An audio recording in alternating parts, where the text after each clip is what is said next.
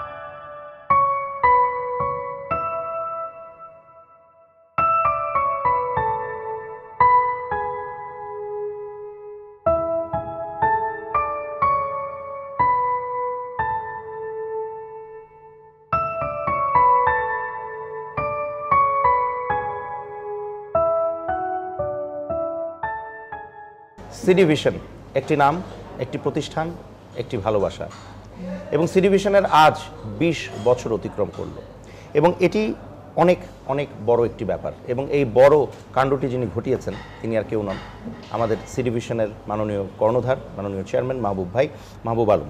মাহবুব ভাই, প্রথমে জানতে চাই এই যে আজকের আয়োজন সিটিভিশনের 20 বছর অতিক্রম করলো সিটিভিশন, এই 20 বছরটাকে যদি আমরা একটু ফ্ল্যাশব্যাকে যাই, শুরুটা কিভাবে হয়েছিল? শুরুটা দাদা আপনি জানেন যে শুরু আমার যেরকম হয়েছে প্রত্যেকটা লোকেরই শুরুটা কষ্টেরই হয়। হ্যাঁ, আমিও কষ্ট করছি।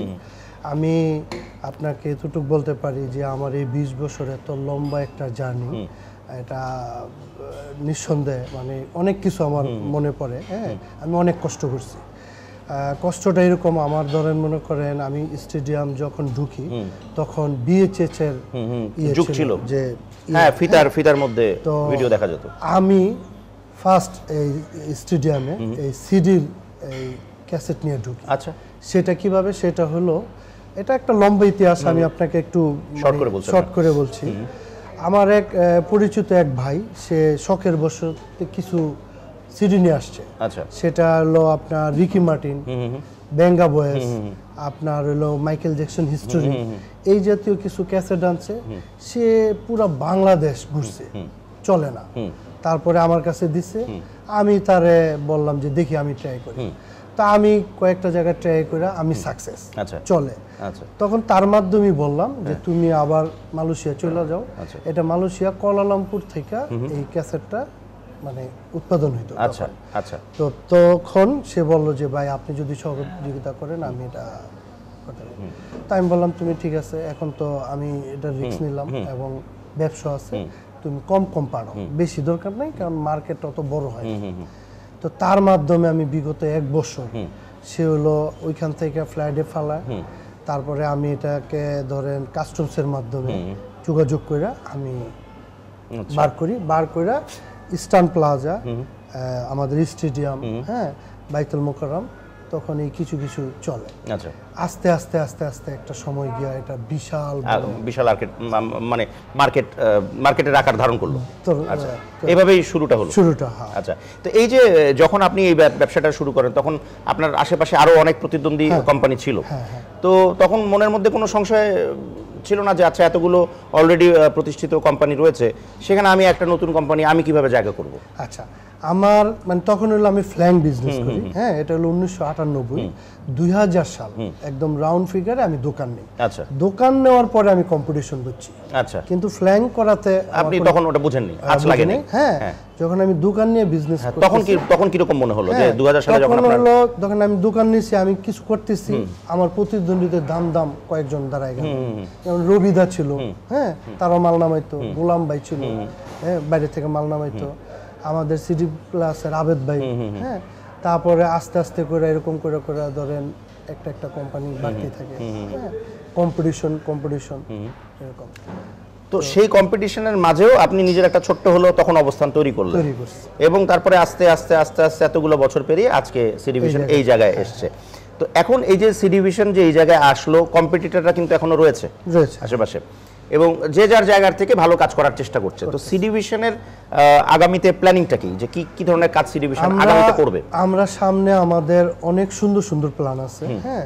আমরা এখন মাঝখানে আমরা মিউজিক ভিডিও করতাম, তো মিউজিক ভিডিও বাজারটা এখন আর নাই। এখন মানে অলরেডি আমার কাছেও 400-500 নাটক আছে, পুরানো নাটক। তো আমি অলরেডি প্ল্যান করছি 2020 সালে শুরু করব, বেশ কিছু নাটক করব আমরা নিজস্ব প্রোডাকশনে। আচ্ছা আচ্ছা, হ্যাঁ, বিভিন্ন ক্যাটাগরি। তো তার মধ্যে আমার ধরেন নাটকের আর্টিস্ট যারা ভালো করতেছে তারা তো থাকবেই, এবং আমি যেহেতু ফিল্মে ছিলাম, আমার ধরেন অলমোস্ট ফিল্ম আছে 350 থেকে 400 মুভি, সব ক্যাটাগরি। আমি সাকিবকে ভালোবেসে, তাকে আমার ভাল লাগে, তার প্রতি আমার একটা দুর্বলতা, সেই জায়গাটা থেকে তার প্রায় 69টা মুভি আছে আমার, এটা বিশাল আমি মনে করি। অবশ্যই, হ্যাঁ, এতগুলা ছবি অন্য কোনো কোম্পানিতে আছে কিনা আমি সন্দেহ। তো যাই হোক, আমার টার্গেট আছে ফিল্মের আর্টিস্ট নিয়েও আমি কাজ করবেন। আচ্ছা, এই যে এত বছরের পদচারণায় আপনার কাছে অর্জন হিসেবে কিন্তু অনেকগুলো ইউটিউব থেকে সিলভার প্লে বাটন, এই বাটন, আমি নিজেই সাক্ষী, দুটো বাটন একই দিনে এসেছিল, আমি আর আপনি মিলে ছবিও তুলেছিলাম। তো এই যে এত রকমের অর্জন, এবং এতে কি হয়, যখন মানুষের অর্জনটা বাড়ে তখন তার বিরুদ্ধে চলে যাওয়ার লোকের সংখ্যাও কিন্তু বাড়ে। তো তাদেরকে আপনি আপনার কাজ দিয়ে কিভাবে মোকাবেলা করবেন বলে আপনি মনে করেন? তারা অলরেডি আমি মানে মারাত্মক কম্পিটিশনে পড়ছি, যেটা হলো আমি এরকম মনে করি না, আমি মনে করি তার বিজনেস সে করবে, আমি আমার বিজনেস করব, কিন্তু আমি বেসিক্যালি মারাত্মক কম্পিটিশনে পড়ছি, হ্যাঁ, যেটা হয়তো আমি চাই নাই, হ্যাঁ। তো তাতে করে কম্পিটিশন তো দাদা বুঝেন, সাফল্য আসলে কম্পিটিটর বাড়বে, কম্পিটিশন বেড়ে যাবে, এটা খুব স্বাভাবিক। তো এই যে একটা জিনিস দেখা যায় আজকাল, যে ইউটিউব কিন্তু আপনাদের চ্যানেল বা যে কোনো চ্যানেল যেগুলো প্রতিষ্ঠিত চ্যানেল, ইউটিউব কিন্তু অনেকটা টেলিভিশনের প্রোগ্রামকে বা টেলিভিশনের ভিউয়ার্সকে ইনফ্যাক্ট গ্রাস করে নিয়েছে। টেলিভিশনের ভিউয়ার্স বলেন, টেলিভিশনের প্রডিউসাররাও আজকাল টেলিভিশনের বদলে ইউটিউবকে প্রাধান্য দিচ্ছেন। এটাকে আপনি কিভাবে দেখেন?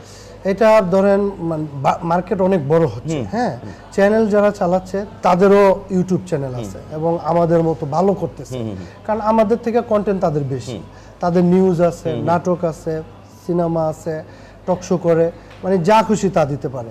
আমরা ধরেন নির্দিষ্ট কিছু কন্টেন্ট, ধরেন মিউজিক ভিডিও, নাটক, আমরাও শর্ট ফিল্ম করি, হ্যাঁ, সিনেমা, তো আমাদের থেকে তাদের নিউজ টিউজ আছে, তাদের কন্টেন্ট আরও বেশি, তারাও ভালো করতেছে। আগামী 5 বছর পর, আজকে 20 বছর হলো, আমরা ইনশাল্লাহ 5 বছর পরে সিলভার জুবলিও উদযাপন করব। তো আগামী 5 বছর পর সি ডিভিশনকে আপনি কোন উচ্চতায় দেখতে চান? আমি বাংলাদেশের মধ্যে যদি 20টা কোম্পানি থাকে, তার মধ্যে ধরেন 2-3 নম্বরে আমরা থাকবো, এটা আমাদের বিশ্বাস। আর মাহবুব ভাই, প্রথম কথা হচ্ছে যে আবারও বলি যে অনেক অনেক শুভকামনা এত বড় একটা অর্জনের জন্য, আগামী পথ চলার জন্য শুভকামনা। আমরা ছিলাম, আপনাদের সাথে আছি এবং সবসময় থাকবো, এবং সি ডিভিশন বাংলাদেশের শ্রেষ্ঠ ইউটিউব চ্যানেলের যে জায়গাটা আছে, কোম্পানির যে জায়গাটা আছে, সেখানে শীর্ষস্থান অধিকার করুক, এই শুভকামনা রইল। আর মাহবুব ভাই, আপনাকে একটা কথা বলে রাখি, যে আমাদের যতটুকু বিশ্বাস যে সি ডিভিশন আজকে যে পর্যায়ে এসেছে, এটার পিছনে আপনার অক্লান্ত শ্রম, মেধা, ভালোবাসা আছে, এবং অবশ্যই আপনার পরিবারের থেকে দোয়াটা অবশ্যই আছে, সৃষ্টিকর্তার প্রতি অবশ্যই একটা দোয়া আছে সৃষ্টিকর্তার থেকে। তো ভালো থাকেন মাহবুব ভাই, এবং আগামীতে আমরা বলতে পারি যে সি ডিভিশন একটা অনন্য উচ্চতায় যাবে, এবং সি ডিভিশন থেকে যতগুলো নতুন নতুন অনুষ্ঠান আসছে, যেগুলোর সাথে আমরাও কম বেশি জড়িত আছি, সেই অনুষ্ঠানগুলো দর্শকরা দেখবে, বুঝবে, ভালোবাসবে এবং সিটিভিশনকে যারা এগিয়ে নিয়ে গেছে তার মধ্যে সবচেয়ে অবদান হচ্ছে আপনারা, অর্থাৎ দর্শকরা। ঠিক কিনা মাহবুব ভাই? অবশ্যই। দর্শকদের জন্যই আজকে আপনি এই এখানে, জায়গায়, এই জায়গায়। তো সেই দর্শকদের উদ্দেশ্যে বলছি যে আপনারা এভাবেই সিটিভিশনকে ভালোবাসুন অনন্তকাল ধরে। থ্যাংক ইউ মাহবুব ভাই। Thank you so much. ধন্যবাদ।